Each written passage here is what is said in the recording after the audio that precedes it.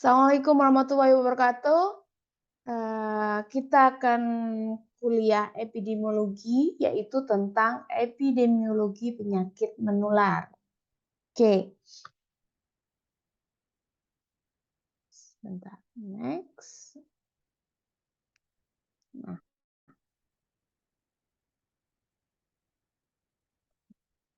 Penyakit menular atau communicable disease merupakan penyakit yang agen penyakitnya dapat dipindahkan atau ditularkan ya dari individu yang infeksius ke individu yang rentan. Disebut menular karena transmisi atau penularannya bergantung pada beberapa kontak antar individu-individu dari suatu populasi. Penyakit menular disebut juga dengan penyakit infeksi atau infection disease. Yang didefinisikan sebagai suatu penyakit yang disebabkan oleh agen infeksius atau produk toksiknya. Nah, agen ini dapat ditularkan atau ditransmisikan melalui orang yang terinfeksi, hewan, atau reservoir secara langsung atau tidak langsung melalui suatu vektor. Oke. Agen infeksius, kita bahas dulu. Merupakan nama untuk semua mikroorganisme atau makroorganisme yang mampu menghasilkan suatu infeksi atau penyakit infeksi. Agen dalam menyebabkan penyakit infeksi yaitu agen biologis. Infeksi artinya masuk dan berkembangnya suatu agen infeksi ke tubuh manusia atau hewan terlepas dari berkembang atau tidaknya suatu penyakit. Tuh.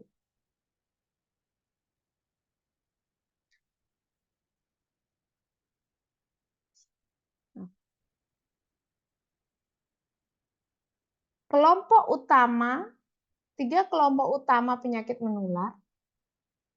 Yang pertama, penyakit yang sangat berbahaya karena angka kematiannya tinggi.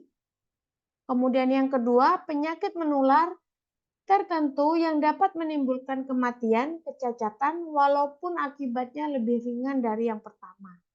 Kemudian yang ketiga, penyakit menular yang jarang menimbulkan kematian dan cacat, tetapi dapat mewabah yang menimbulkan kerugian secara material. Jadi, spektrum penyakit menular sendiri, ya, pada proses penyakit menular secara umum dijumpai berbagai manifestasi klinik. Mulai dari gejala kliniknya seperti apa, ya. Gejala klinik ini bisa yang tidak tampak sampai yang keadaannya tampak dan berat. Nah, hal ini biasanya disertai dengan komplikasi dan berakhir dengan kecacatan atau meninggal dunia. Di mata kuliah sebelumnya tentang riwayat alamiah penyakit, ending dari suatu penyakit itu dapat apa? Sembuh, ya kan? Kemudian cacat, kemudian apa lagi? Meninggal. Ya. Tuh, salah satunya. Jadi itulah penyakit. Kemudian akhir dari proses penyakit bisa sembuh, cacat, atau meninggal tadi. Penyembuhan dapat lengkap atau juga dapat berlangsung jinak. Jadi ya, penyembuhan bisa dikatakan sembuh benar tuh ya memang penyakitnya benar-benar hilang. Tetapi ada juga yang penyakitnya itu melemah. Masih ada di dalam tubuh kita. Tapi dorman dia. Dorman itu gimana ya? Dia itu diem aja di dalam tubuh, ya, tetapi dia masih ada dalam tubuh. Jadi kalau kita itu dalam kondisi yang turun imunitasnya, ya, maka penyakit tersebut bisa kambuh kembali. Kemudian ada yang disebut dengan infeksi terselubung.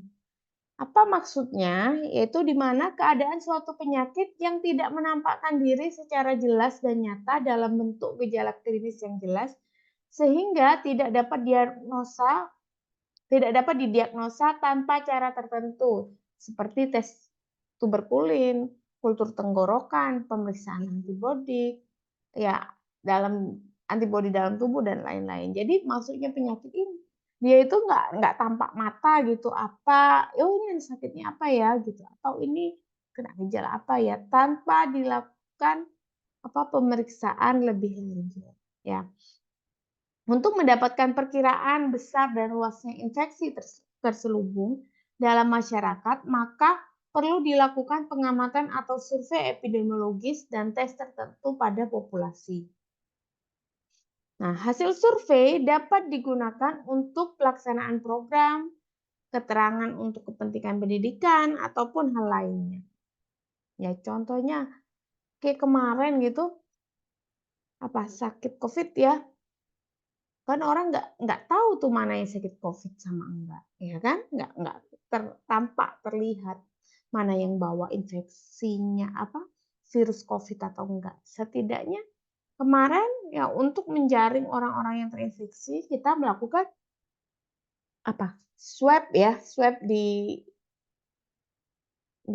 sini tenggorokan untuk memeriksa apakah mereka itu kena atau terinfeksi COVID. Jadi perlu pemeriksaan penunjangnya. Kemudian apa sih faktor penyebab penyakit menular ya? Yang pertama interaksi penyebab dengan penjamunya ya antara orang yang sama agen penyakitnya, penyebabnya. Kemudian mekanisme patogenesisnya yang terjadi setelah masuk ke dalam tubuh apa? Kemudian sumber penularannya. Contohnya apa? Oh, mungkin dari kalau COVID kemarin droplet ya dari udara yang ada di sekitarnya ya. Kemudian apa lagi? Contohnya kalau hepatitis B ya, hepatitis banyak macamnya A, B, C, D, E. Nah, itu dari mana? Hepatitis kalau A bisa dari alat makan yang dipakai bersama. Hepatitis B beda dari jarum suntik atau produk darah ya yang tular. Nah, kemudian pada proses perjalanan penyakitnya. Pada proses perjalanan penyakit menular di dalam masyarakat, faktor yang memegang peran penting. Yang pertama, faktor penyebab atau agennya, yaitu organisme penyebab penyakitnya. Kemudian sumber penularannya, yaitu reservoirnya maupun resource-nya. Dan yang ketiga adalah cara penularannya, khususnya cara penularan khusus melalui mode of transmission. Karena setiap penyakit itu kenapa ada pelajaran ini ya? Karena setiap penyakit itu unik ya cara menularkannya. Penyakit menular juga dapat mempunyai beberapa sifat penularannya yang meliputi yang pertama yaitu waktu generasinya atau generation time-nya, di mana masa antara masuknya penyakit pada penjamu tertentu sampai masa kemampuan maksimal penjamu tersebut dapat menularkan penyakit. Ya contohnya, kalau kamu kena penyakit DO, gonorrhea ya, saat kamu habis melakukan hubungan seksual yang beresiko, contohnya habis jajan, ya, kemudian atau memiliki hubungan seksual dengan banyak partner, itu kan beresiko. Nah, seminggu kemudian atau beberapa hari kemudian kalau kamu tertular penyakit itu bisa terdeteksi. Tapi lain halnya, jika kamu mungkin tertular HIV ya, itu punya waktu yang berbeda gitu ya. Bisa terdeteksi oleh tubuh mungkin setelah 3 bulan atau 6 bulan ya. Itu baru bisa terdeteksi kamu tertular HIV atau enggak. Tuh. Kemudian yang kedua, kekebalan kelompok atau herd immunity-nya. Kekebalan kelompok adalah kemampuan atau daya tahan suatu kelompok penduduk tertentu terhadap serangan atau penyebaran unsur penyebab penyakit menular tertentu. Didasarkan tingkat kekebalan sejumlah tertentu dari anggota kelompok tersebut. Contohnya ya, pas COVID kemarin, semua orang divaksin. Nah, kenapa kok semua orang divaksin? Ya ini untuk memperoleh kekebalan kelompok. Jadi, orang yang tidak divaksin atau mungkin orang yang beresiko ya, terlindungi karena orang di sekitarnya sudah kebal dari COVID begitu. Jadi menciptakan kekebalan kelompok. Meskipun kemarin pada saat vaksin ada pro dan kontranya ya. Kemudian angka serangan atau attack rate. Ya, angka serangan adalah sejumlah kasus yang berkembang atau muncul dalam suatu satuan waktu tertentu di kalangan anggota kelompok yang mengalami kontak serta memiliki risiko kerentanan terhadap penyakit tersebut. Jadi banyaknya orang yang terjangkit dari penyakit tersebut. Oke, kalau berdasarkan penyebabnya, nah unsur penyebab dalam penularan penyakit ada beberapa macam. Yang pertama kelompok antropoda, serangga. Apa contoh penyakitnya? Skabies, pedukulosis, DBD, ya. Kelompok berdasarkan cacing atau helmin, cacing darah maupun cacing perut, ya cacingan itu ya. Kemudian kelompok protozoa seperti Plasmodium, amuba, ya. Kemudian kelompok fungus atau jamur, baik yang uni ataupun yang multiseluler. Kemudian bakteri seperti Spiroseta atau Rickettsia, biasanya pada ini apa temannya Jerry. Oh, ya kok temannya Jerry. Tikus, ya, astagfirullahaladzim ya.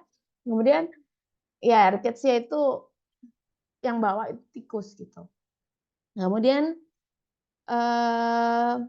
virus sebagai kelompok penyebab yang paling sederhana. Oke, sumber penularannya itu siapa sih? Sumber penularannya itu bisa dari manusianya sendiri atau penderitanya sendiri. Kemudian pembawa kumannya. Pembawa kuman ini siapa sih? Bisa udara, tanah, ya, atau alat-alat kesehatan. Kemudian bisa dari binatang yang sakit. Kemudian dari tumbuhan atau benda. Gitu. Itu macam-macam sumber penularan. Kemudian cara penularan atau kontak langsungnya bisa melalui udara, melalui makanan atau minuman, dan melalui vektor. Keadaan penjamu atau keadaan umum. Ya, keadaan diri kita sendiri pada itu dipengaruhi apa? Kekebalannya, status gizi, keturunan, ya banyak hal lagi yang bisa mempengaruhi seseorang bisa terkena sakit atau tidak. Kemudian kita mempelajari pola perkembangan penyakitnya. Suatu penyakit, terutama penyakit menular, tidak hanya selesai pada jatuhnya sakitnya seseorang, tetapi yang harus kita waspadai itu cenderung untuk menyebar. Dalam proses perjalanan penyakit, perpindahan agen dari penjamu ke reservoir atau sebaliknya harus melalui pintu masuk atau portal of entry. Calon penderita baru dan kemudian untuk berpindah ke penderita baru lainnya, kuman akan melalui pintu keluar. Jadi contohnya gini nih, kamu lagi sakit batuk nih. Kalau ininya ditutup pakai masker, kan dia nggak bisa keluar. Iya kan? Kecuali kamu nggak pakai masker. Maka banyak portal of exit-nya itu sangat memungkinkan saat kamu berbicara atau batuk yang tidak menggunakan masker itu menular kepada orang sekitarnya. Nah, portal of entry atau portal of exit adalah ya bisa melalui apa aja, melalui konjungtiva yang biasanya hanya dijumpai pada beberapa penyakit tertentu ya. Kemudian melalui apa? Saluran nafas seperti hidung dan tenggorokan, melalui droplet ya. sewaktu reservoir atau penderita bersin, batuk ya, atau melalui pernafasan. Kemudian melalui pencernaan ya, baik bersama ludah, muntah ataupun tinja. Ya, tuh. Apa sih konjungtiva? Nih, sepertinya yang ada di mata ini kan terbuka ya. Tuh, bisa menular dari situ. Kemudian lanjutnya, melalui saluran urogenital, biasanya bersama-sama dengan urin atau zat lain yang keluar melalui saluran tersebut, atau rasanya lebih ke saluran kencing ya. Kemudian melalui luka kulit pada saat atau mukosa. Kalau kalian luka terbuka kan ini apa kulitnya, sehingga hal tersebut bisa memicu masuknya kuman. Secara mekanik bisa ya ini udah nggak masuk gitu kan. Tapi kalau dimasukin lewat suntikan, digigit nyamuk atau pada beberapa penyakit, itu termasuk salah satu dari proses masuknya penyakit ke dalam tubuh. Kemudian bagaimana cara mengeluarkannya? Ya, satu, saluran pencernaan melalui kencing, tinja ya. Kemudian saluran pernafasan, batuk, bersin, urogenital ya. Dari gigitan, suntikan, luka dan sebagainya. Kemudian yang kelima dari plasenta ya.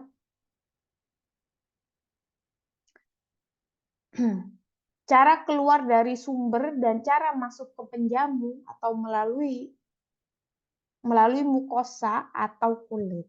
Ya, dari plasenta, dari ibu hamil ke bayinya itu juga bisa melakukan penularan penyakit. Makanya pada saat ini, setelah kamu didiagnosa bahwa kamu itu hamil, nah di 3 bulan pertama kamu itu wajib melakukan screening penyakit yang dikenal dengan triple eliminasi. Jadi harus periksa TB, kemudian periksa hepatitis dan sifilis. Karena apa? Hal tersebut bisa mempengaruhi ibu hamil. Ya TB masuk ya. Oke. Oke. Mode of transmission adalah setelah unsur penyebab telah meninggalkan reservoir, maka untuk mendapatkan potensial yang baru harus jalan melalui suatu lingkaran perjalanan khusus atau suatu jalur khusus yang disebut jalur penularan. Secara garis besar, jalur penularan dapat dibagi menjadi dua, yaitu penularan langsung dan penularan tidak langsung. Penularan langsung yaitu penularan yang terjadi secara langsung dari penderita atau reservoir ke penjamu potensial. Sedangkan penularan tidak langsung melalui media tertentu seperti udara, airborne ya. Kemudian melalui benda-benda tertentu, physical borne, dan melalui vektor atau yang disebut dengan vektor borne. Oke, tugas praktikumnya. Jadi masing-masing kelompok kan ada beberapa golongan. Dalam satu golongan ya maksimal nih dengerin 4 orang. Tapi lebih baik itu 3 orang aja cukup ya. Nah, di mana masing-masing golongan ya setiap orangnya menganalisis, kalian pilih salah satu aja penyakit menular, latar belakangnya, kejadian penyakit, latar belakang kenapa sih kok penyakit menular itu ada di Indonesia, berapa banyak jumlahnya, ada di mana aja gitu ya. Itu dijelaskan. Kemudian jelaskan bagaimana riwayat alamiah penularan dari penyakit tersebut yang kamu pilih. Ya, variabel epidemiologinya atau faktor determinan atau faktor penentunya apa sih yang menyebabkan penyakit tersebut menular ya, dan memilih metode dalam melakukan upaya pencegahan pada masyarakat. Jadi mahasiswa dapat memilih beberapa penyakit seperti berikut ya, ISPA, TB, COVID, diare, HIV, PMS, hepatitis, rabies, TB, dan masih banyak lagi. Pokoknya nggak boleh sama. Ya, yang nggak boleh sama ini satu kelas ya, jangan satu. Jadi di satu kelas silahkan di list 3 orang. Berarti kalau ada satu kelas itu golongan A, B, C, D, ya berapa golongan? Nggak boleh ada yang sama, karena penyakit menular itu banyak. ya. Jadi silahkan di-list, tolong ketua penanggung jawabnya mengelis ini kelompok 1 membahas apa, kelompok 2 membahas apa, silahkan mengajukan. Semakin cepet-cepetan ngajukan, nggak boleh sama, itu aja ya. Ini sistematikanya, di sini ada latar belakangnya ya, kasus di Indonesia itu bagaimana, di daerah mana, di dunia mana, nggak mesti kasusnya di Indonesia ya.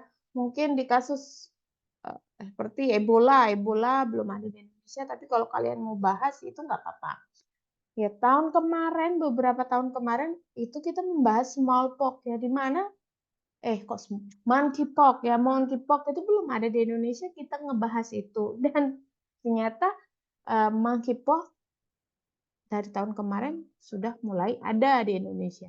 Nah, kemudian definisinya, etiologinya, riwayat alamiah penyakitnya, patofisiologinya, promotif dan preventif.